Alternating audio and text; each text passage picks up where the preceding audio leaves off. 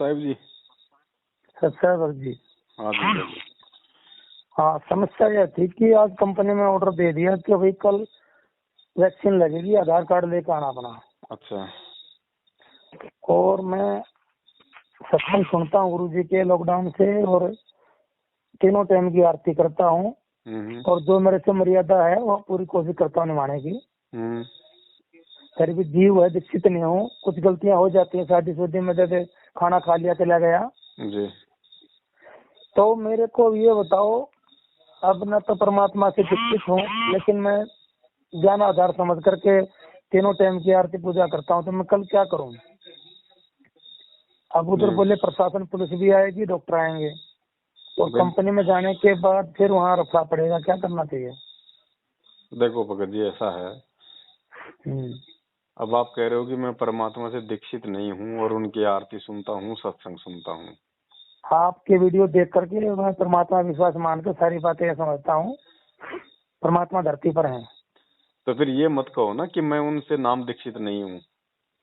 मतलब जैसे मैंने कोई संकल्प दीक्षा कोई चीज इस तरह की कुछ भी नहीं है मैंने बातचीत। कुछ ही मतलब सत्संग सुन रहे हो ना, उनको पूर्ण संत मान रहे हो ना? बिल्कुल मान रहा हूँ, और के उनकी शरण में आ चुका हूँ, तो मेरा नाम घर में पैर टिक गया। तो जब उनकी शरण में आ चुके हो तो चाहे मंत्र से आओ, चाहे संकल्प से आओ, चाहे उनको अपना सब कुछ मान के आओ, शरण शरण होती है। हाँ, तो हमारे को ये डाउट है ना कि भाई सामने जाके गुरुजी ने हाथ टेक करके नाम मंत्र नहीं दिए हैं, और नाम मंत्रों का जाप करें, हमें पता नहीं है कौन से मंत्र हैं, डाउट नहीं होना चाहिए ना। फिर अगर हम परमात्मा को परमात्मा मान चुके हैं, इतना हमें यकीन है कि परमात्मा धरती पे है, फिर डाउट किसी चीज का होना ही नहीं चाहिए। और आपकी आंखों के सामने है, जिन लोगों ने मंत्र ले रखे हैं, सारे मंत्र ले रखे हैं, उनकी आज क्या दुर्गतियां हो रही है, भगोड़े बन के घूम रहे हैं। बेचते हो भाई साहब, उनके भाई की जो भाई कल्याण के नायक नहीं है। तो सबसे बड़ी चीज भक्ति में विश्वास है ना। हाँ, तो मुझे ये बताओ, रात रात बीच में कल मुझे ड्यूटी जाऊं नहीं जाऊं, क्या करूं? देखो भगत जी, ऐसा है, ड्यूटी जाओ, ड्यूटी जाने में कोई दिक्कत नहीं है, लेकिन ज्ञान आधार से तो आप उनके सामने अपनी बात रख ही सकते हो। हाँ, रख सकता हूँ मैं, लेकिन वो मुझे ये पूछेंगे अब आप क्यों नहीं चाहते, क्या बात है? हाँ, तो आप उनको समझाओ फिर वो सारी बातें जो आपने जो आपने दास की वीडियो में आपने जो बातें देखी हैं, वो सारी बातें आप उसको समझाओ कि साहब देखो ऐसा है, मैं भक्ति मार्ग से जुड़ा हुआ आदमी हूँ जी, ठीक है, और आज से पहले तो मुझे नहीं पता था इन सब बातों का, लेकिन अब मुझे इन सब बातों का मुझे मालूम हो रहा है कि वैक्सीन जो होती है वो किस तरीके से बनती है जी।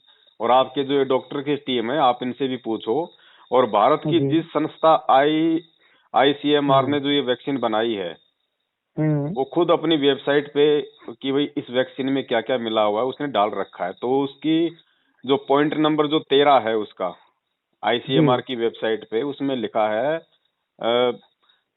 ये बोविन फेटल सीरम, यानी जो नवजात जो बछड़ा होता है उसके खून, हाँ, उसके खून का सीरम भी इसके अंदर है।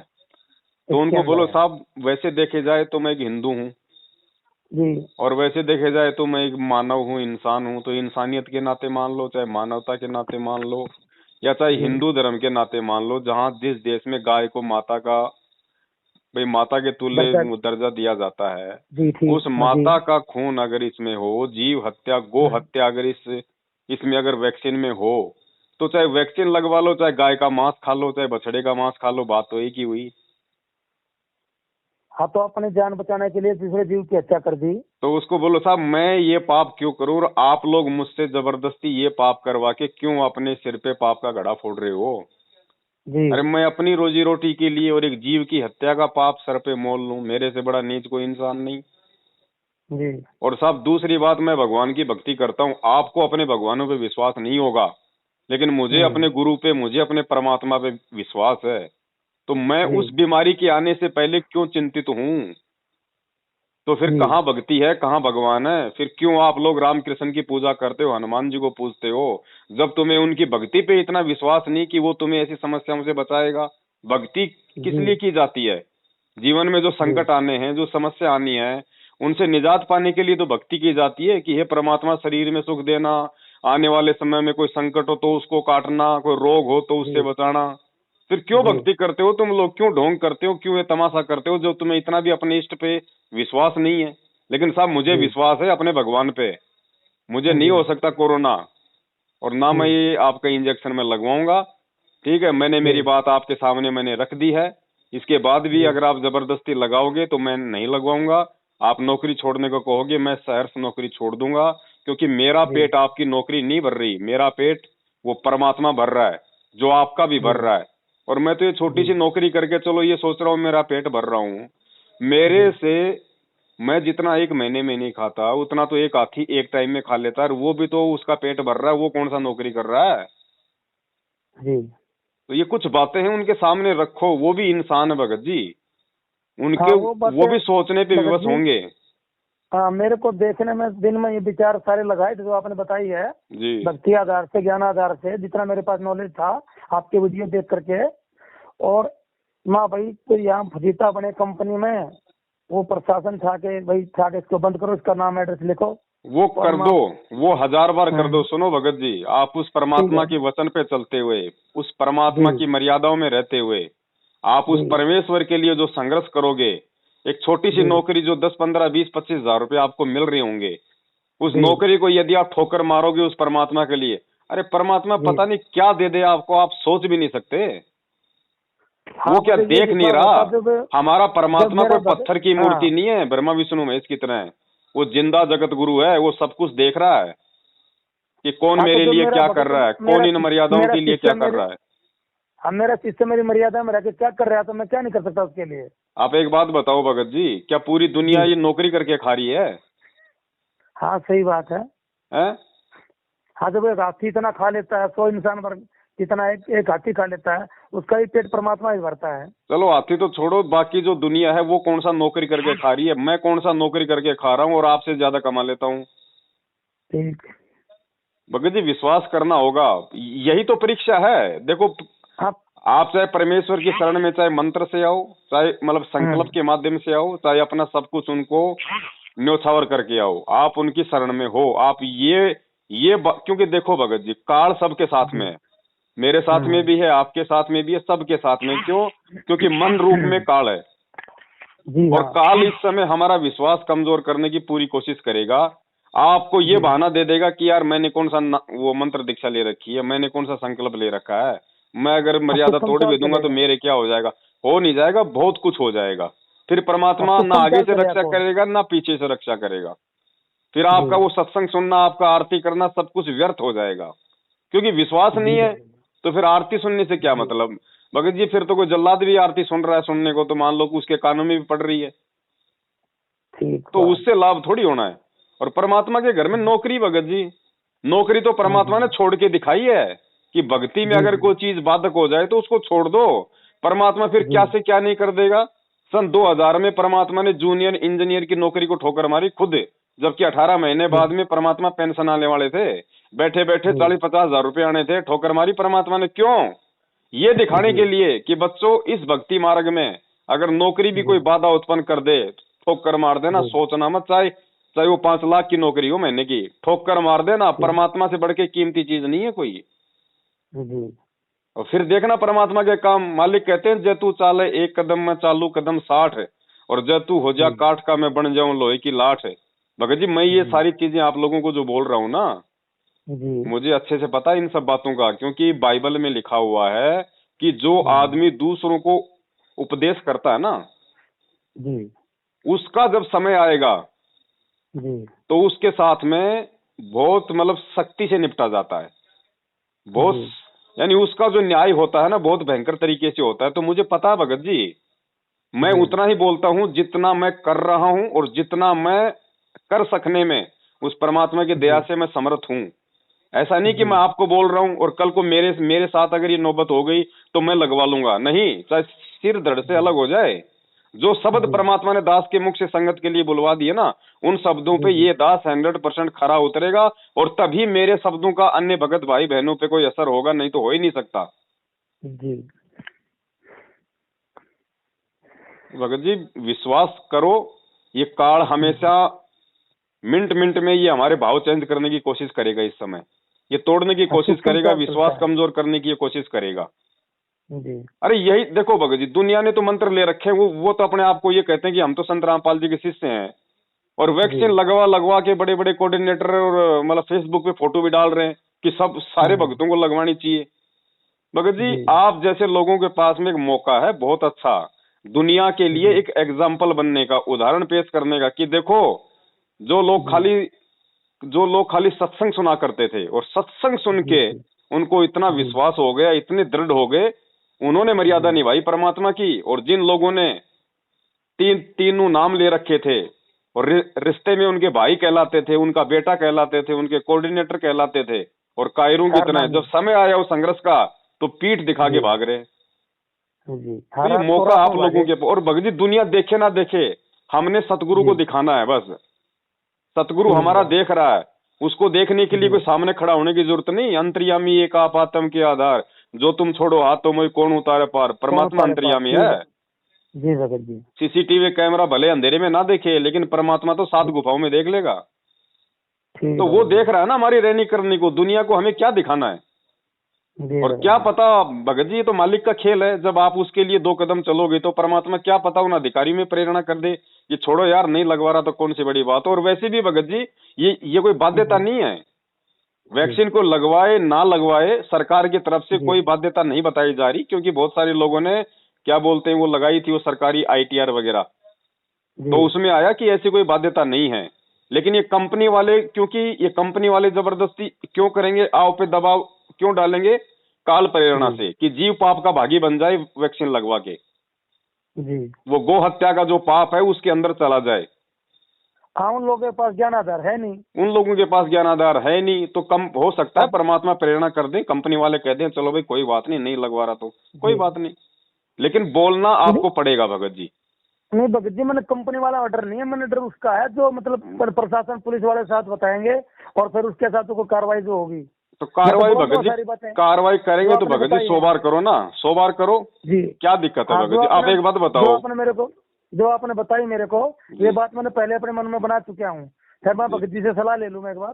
जी जी देखो, काल भगत जी अपनी पूरी कोशिश करेगा, साम दाम दंड भेद सारी घटिया नीतियां वो अपनाएगा।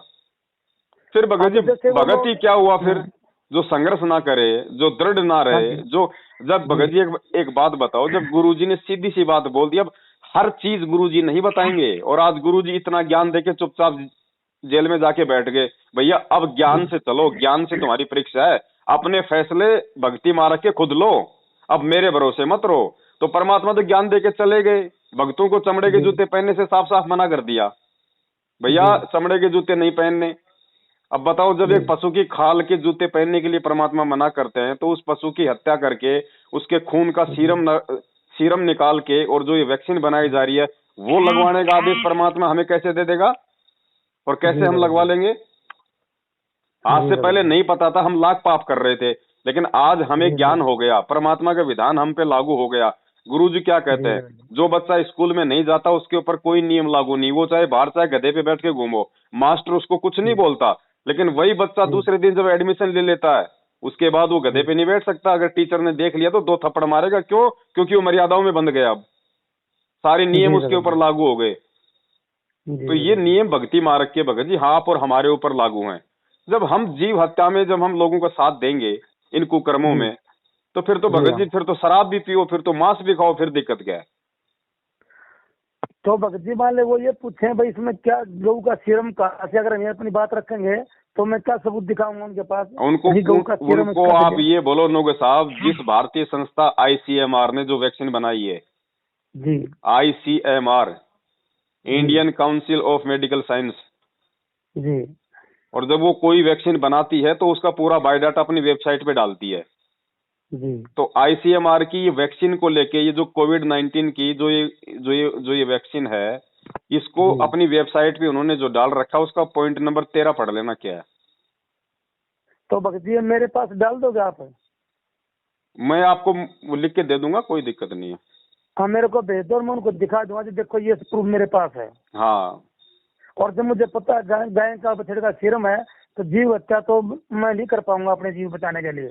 दूसरी बात तो आप उनको और बोल देना, एक दूसरी बात जी, और बोल देना नो के साहब ऐसा है, मैं भक्ति कर रहा हूँ, ये बीमारियों का भय मुझे नहीं है, मुझे डर नहीं है, और जो चीज मुझे है ही नहीं, मैं जबरदस्ती उसका टीका मैं क्यों लगाऊं? और टीका लगाने के बाद में आए दिन अखबार में आ रही है कितने लोग मर रहे हैं, उनको मतलब एलर्जी हो रही है, उनको रिएक्शन हो रहे हैं, मैं क्यों लूं मैं? हाँ जी। जब मुझे कुछ रोग ही नहीं है और जबरदस्ती आप मुझे ये इंजेक्शन लगाओगे, मैं क्यों लूं साहब? तो मुझे एक प्रेरणा हुई कि वो मेरे ख्याल उनका मन बदल देगा परमात्मा, अब भाई छोड़ दो मत लगवाने दो। देखो भगत जी, आप अपना मन बदल लो, आप अपना मदद देखो, आप परमात्मा की मत सोचो पहले कि परमात्मा उनका मन बदल देगा, वो तो दास ने आपको एक थोड़ा हिंट दिया है। आप अपना मन बदल लो, आप अपना मन बदल लो पहले पूरा अच्छी तरीके से कि मुझे वैक्सीन नहीं लगवानी, चाहे नौकरी पे रखे या ना रखे, आप अपना मन बदल लो, फिर परमात्मा को छोड़ दो, फिर वो अपना मन बदले कि नहीं बदले। चाहे जेल भेज दो, कोई दिक्कत नहीं हमें। क्यों भेजेंगे जेल? नौकरी से निकाल देंगे और क्या करेंगे, इससे ज्यादा जेल में क्या करेंगे हमारा वो?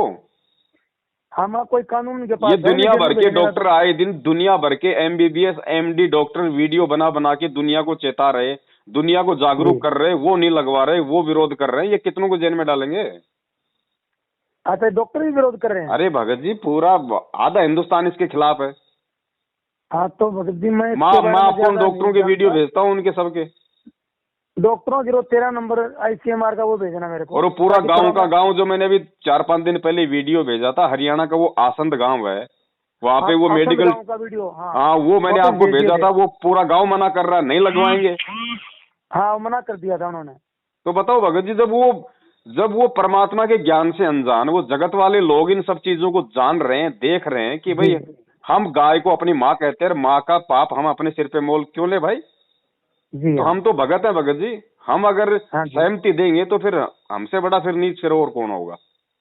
हाँ, जब से आपके वीडियो आए थे जब से मैंने तो सावधानी बरत ली थी, मैं भाई नहीं लगवानी तो नहीं लगवानी, लेकिन आज थोड़ा आकर के वहाँ लोगों ने प्रोत्साहित करा, कल लेकर आना आधार कार्ड, ये मैं कल की कल देखे भाई, हम नहीं लगवाएंगे।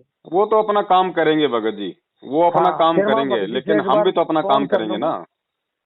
हाँ, एक भगत भाई और था, मेरी उम्र का 50 की उम्र का, और वो ये जय गुरुदेव से मथुरा से उनसे था, दीक्षित थे, वो भी मेरे पास आया, बोले ऐसे ऐसे बात है, कल भाई पंगा होगा, क्या करें, वो लोग मानेंगे नहीं। मैं भाई विश्वास रखना परमात्मा पे, अपनी अपनी बात बतानी है, बोला वो मानेंगे नहीं, वो माने ना माने, हमने बात रखनी है। फिर जी हमें नौकरी से निकालो या कहीं थाने में ले जाओ, कोई दिक्कत नहीं हमें, बाकी परमात्मा का पंजा हमारे सिर पर है। विश्वास रखो भगत जी, विश्वास रखो, जब परमात्मा को सब कुछ सौंप देंगे तो भगत जी वो कोई बालक नहीं है, कोई अनजान नहीं है, उसको सब पता है जी। ठीक है भगत जी। हाँ, सत्य साहिब भगत जी।